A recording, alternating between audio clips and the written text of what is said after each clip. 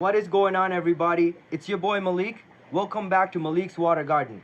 You are now looking at the new 134 quarantine tank. These are not L134 leopard frog plecos. These are my personal pets. These are my goldfish. The one with the red head, his name is, or her name is Duckweed, and the full white one is Cycles. The one in the back there, the orange one, is a common goldfish that me and my uncle saved from the pet store, the feeding tank. So these fish, this one as well as the three down here, are some of the fish that we ended up saving a few years back. And he ended up bringing these back to my facility, these four, because they had outgrown in his facility. He has a 120-gallon tank, and the other fish are much larger, and these ones were getting bullied. So he ended up bringing them over, and he ended up giving them to me. So now I have these 6 goldfish, which are my personal pets. You guys don't get to see these at all. So I am going to show you some of these guys today, as well as talk about what I'm doing to fast cycle these tanks for the leopard frog plecos.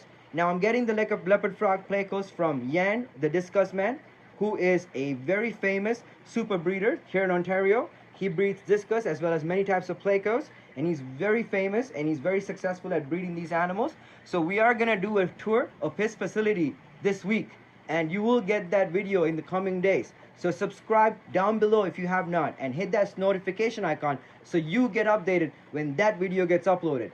And as always, there's going to be a lot of cool content with these new leopard frog plecos as well as all the other fish in the fish room. So subscribe, hit the notification icon, and stay tuned for the rest of the video. Watch the video till the end, because I'm going to talk about all the things I'm doing to get these filters cycled and set up for the arrival of the new leopard frog plecos. So you guys are going to be seeing these as it happens. This is real time. I put up the video about setting up these tanks yesterday, what I did and how I set these tanks up.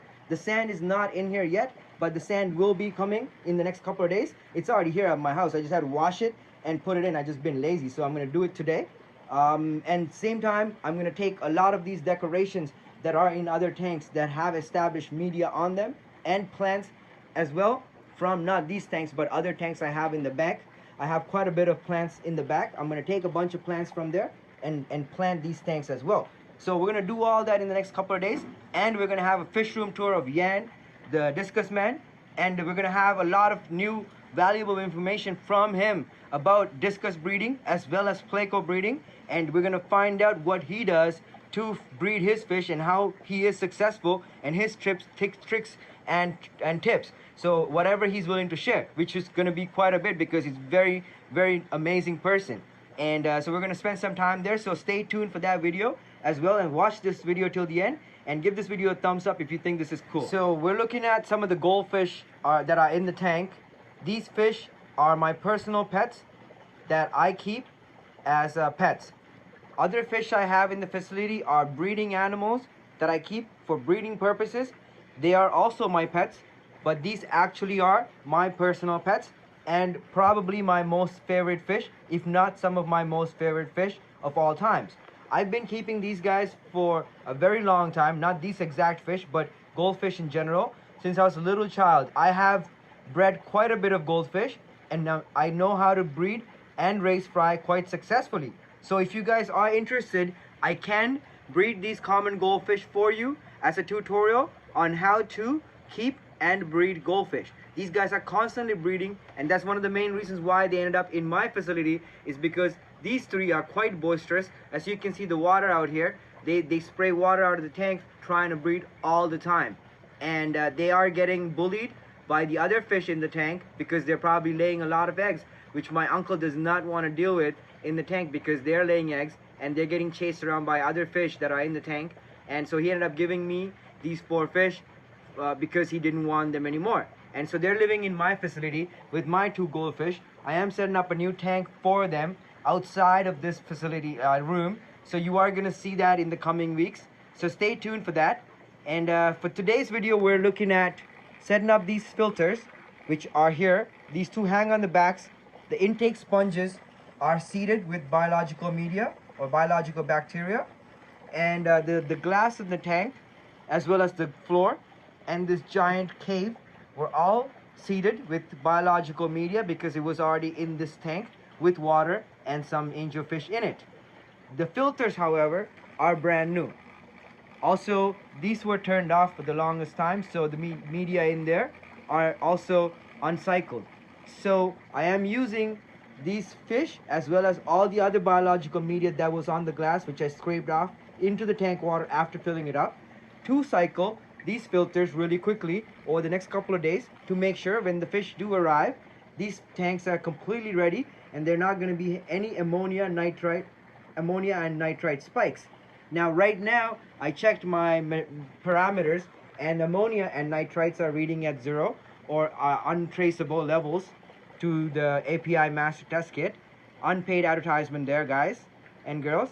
And I also did check nitrates, which are also 0 because there was no fish in the tank. Now, having the fish in the tank over the next couple of days, the nitrates will go up a little bit, which is completely normal and accepted. So once I see that, I will be completely confident that the filters are cycled and ready for new fish.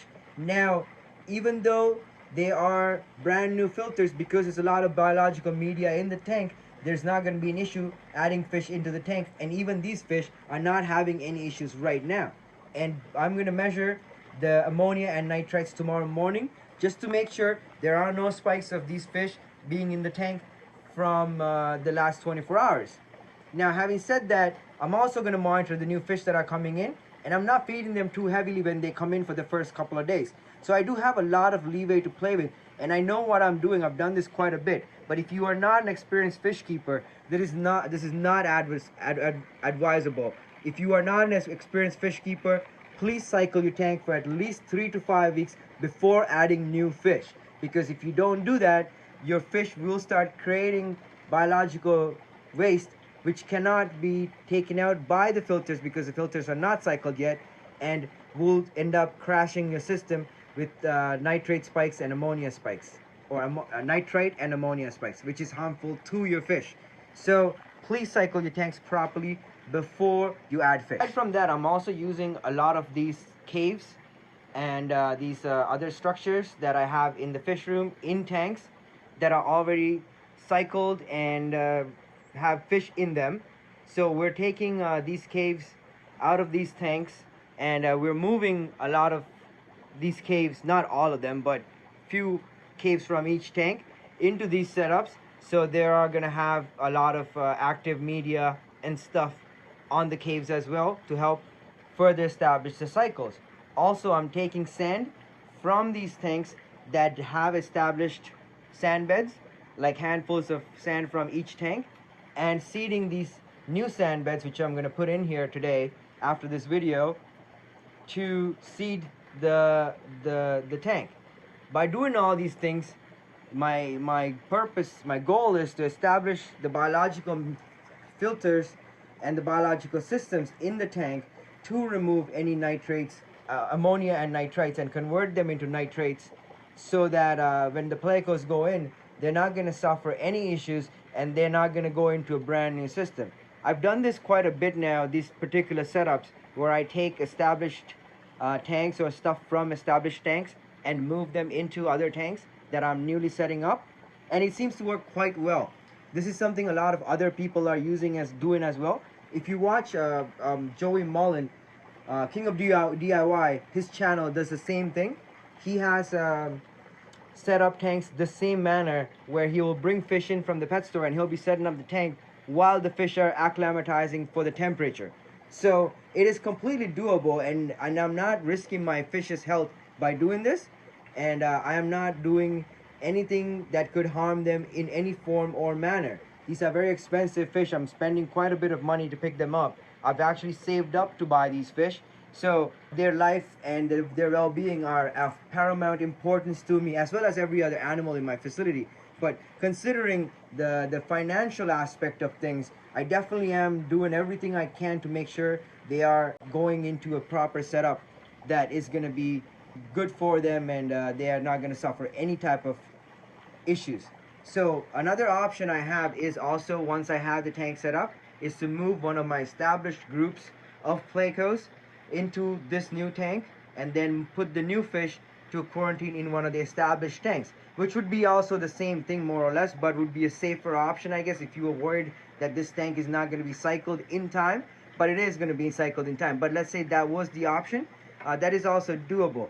But I'm not worried about that, because at the same time, if I'm moving these fish over, I'm moving another group of expensive fish into an uncycled tank in that context, right? So I have 4 more days for this tank to get cycled, and I'm not worried. I fully am confident that the tanks are going to be completely ready for the new fish that are coming in, because there is already fish in the tanks and doing their thing. So I'm going to monitor my goldfish over the next couple of days, obviously. This is their job, potentially, to cycle tanks for me, especially Cycles back here. His job is to set up new tanks for me, and he has done this since he was a little baby. And he hasn't had an issue. So I'm very confident in my ability to do this. But if you guys feel that I am risking the life of these fish as well as the new fish coming in, comment below and let me know. And also comment and let me know. Oh, look at this cool stuff. This guy, he's a fun dude. I really like him. His parents are really fun too. I actually like goldfish quite a bit. Anyways, comment below and let me know what you guys do to cycle your tanks. How you fast cycle your tanks, if this is something you do. If you want me to make a separate video about how to cycle a tank, comment below and let me know, because I can do that for you. I love goldfish actually. If you haven't noticed, I'm really enjoying these guys. I stand here and I watch these guys quite a bit, and when they're in the other side of the room, I sit in front of the tank and I watch them. My dog actually likes them too. I've had goldfish my whole life, and they're one of my most favorite fish. I'm pretty sure I said that like 5 times now, because they are. They really, really, really are. So comment below and let me know if you think goldfish are stupid, because a lot of people think goldfish are stupid, but I really enjoy them. Okay? As always, thank you so much for watching the video. I know it's somewhat of a weird video, because there's not that much Plecos or other cool fish. It's only like common goldfish and these other common goldfish up here. Nothing fancy. At the same time, they are really cool to me, and they do serve a function. And they're setting up this Pleco quarantine tank filters, which are brand new actually. This filter right here is brand new, so this has not been cycled or set up. So they are doing that function for me. And these filters have been running for a while, but they were turned off, so the biological media in them could have been dead already, so they need to get cycled as well. The 2 sponges that are on the intakes, the pre-filter sponges, are definitely active. There's a lot of active stuff in here. All the crud at the bottom, it was left over with a bunch of water, so that's all biologically active. The filter in the back there is not active, but I am moving the filter from my L46 tank over. It's already turned off actually. These filters here, this one here has been turned off for a few weeks now, because it heats up the tank in the summertime, so I can't have those up here on the top row in the summer. So I'm moving that filter to the bottom tank, and I'm getting a Nexus power head for this that is not producing as much heat for the summer. That's the update I have for you guys. As always, thank you so much for watching. I'll see you guys in the next video. I love you all. God bless.